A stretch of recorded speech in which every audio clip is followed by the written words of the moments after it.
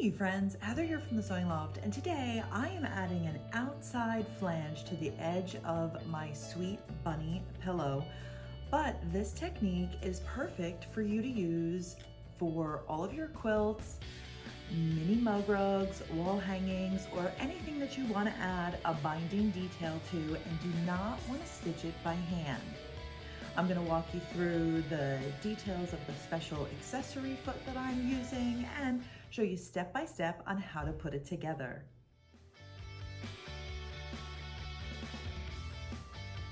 Start off by cutting the fabric that you're going to use for your binding or flange detail. With all your strips cut, you want to stitch them together so that they're one long piece, and I am just going to join them together on the diagonal just like I would any other binding, but you'll notice that my fabric is actually directional, so I'm going to make sure that when I'm stitching them and flipping them over, they're still in the same direction.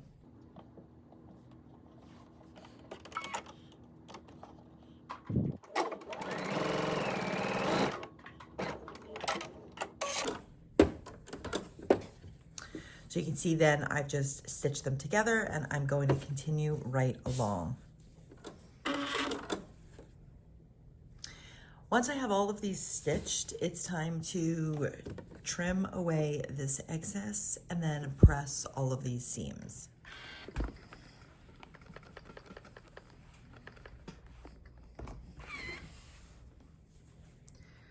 With your binding all pressed and ready to go, it's simply time to attach it. So I'm going to just start by leaving a little bit of a tail off to the side so that I can attach it later. And then from here, I'm just attaching it on the back side of my pillowcase. You can see here that my bunnies are on the front. So I'm just going to simply attach it just like I would with my regular binding.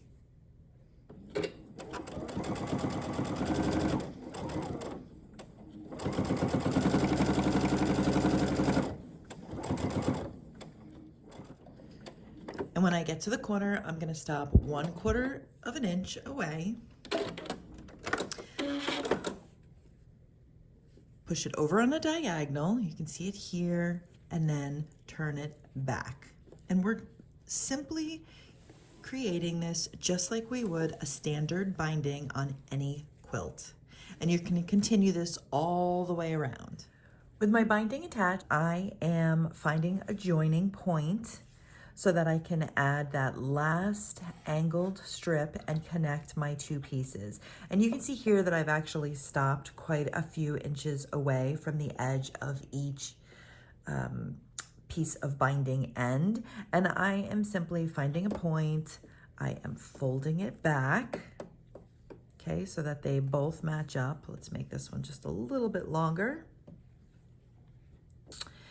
And I am going to give them a good press and then trim them away the width of half of this. So this is 2 1/4, which means, sorry, this is 2 1/2, which means that this will be 1 1/4 of an inch away on each side.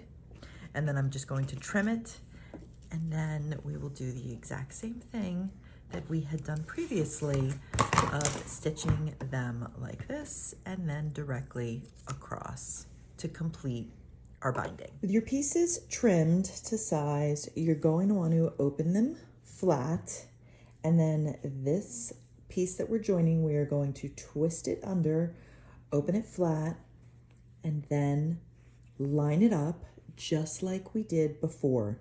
Now what I like to do is take a pin, put it on the diagonal right where I would normally sew it from corner to corner, and then test it. So it will flip this way once it's all sewn, and I know that it's going to line up beautifully. From here, we're just going to take it directly to the machine and stitch from corner to corner.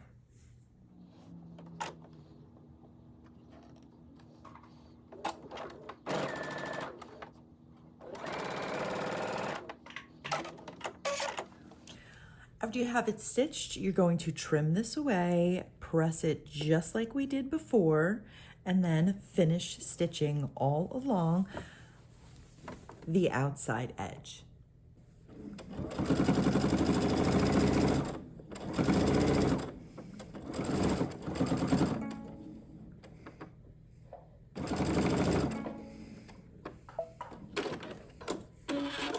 Now you could hear my machine. I was playing chicken bobbin and I just wanted to make sure that I got through it. And look, just the end of my bobbin. There's just a small piece left. That was it. That makes me feel good.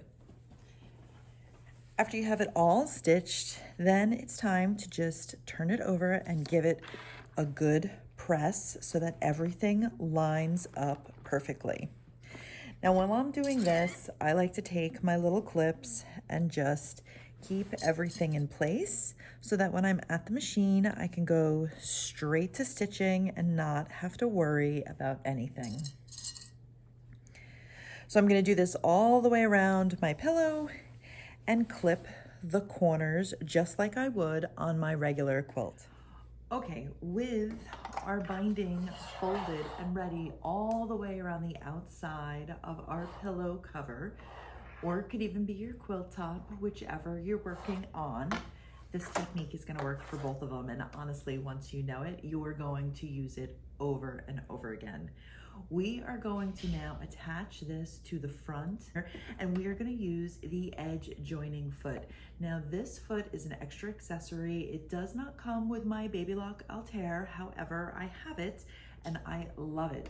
It has this little tab right in the center, and it's kind of like a little guide bar, and it's just going to run directly along the edge of my binding and keep the needle on the right side, making sure that everything lines up perfect every time, no matter what. So the front is going to look beautiful.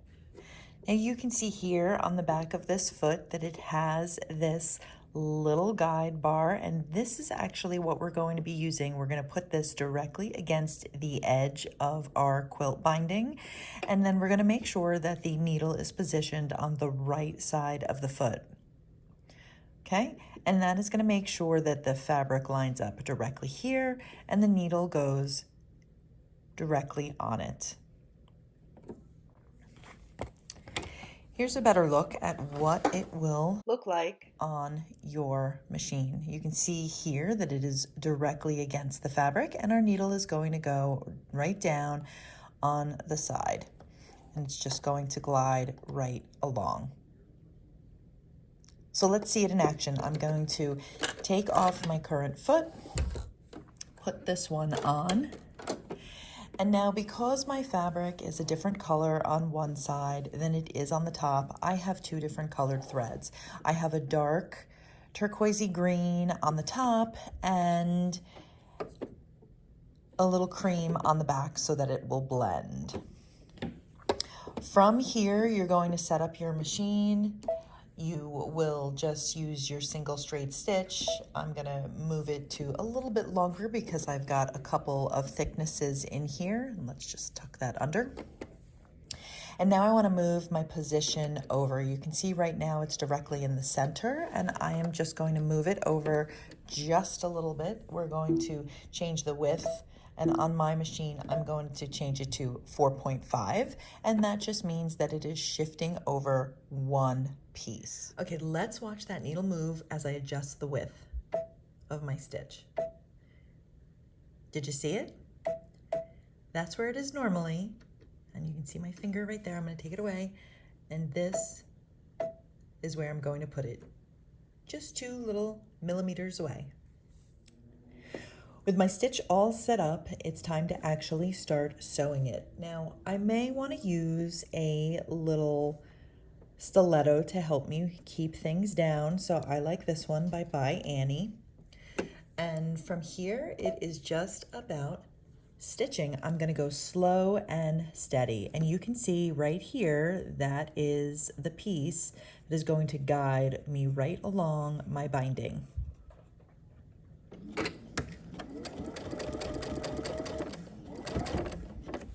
I'm going to remove my clips as I work and make sure that everything stays down nice and flat.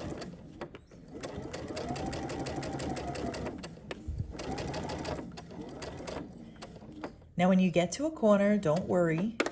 Take your clip off And I like to push everything down. We're gonna go over the under binding right here, which is why I love the stiletto. I can just put it right down, keep this piece under and on it, and then I go right to the corner, do one more, up, turn, and continue. Turning and continuing right along the way. So you can see when I turned it right around, right here is the guide, and it is right up against the edge of my fabric. And I'm just going to continue to sew all the way around.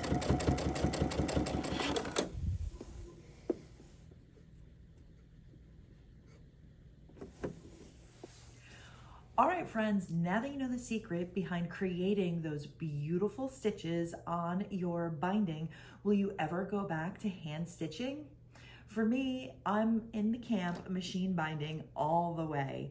This little accessory foot and technique is honestly a pure win for me. I can save time, look awesome doing it, and get ready to start my next project even quicker. Remember, you can find even more tips and tricks at thesewingloft.com.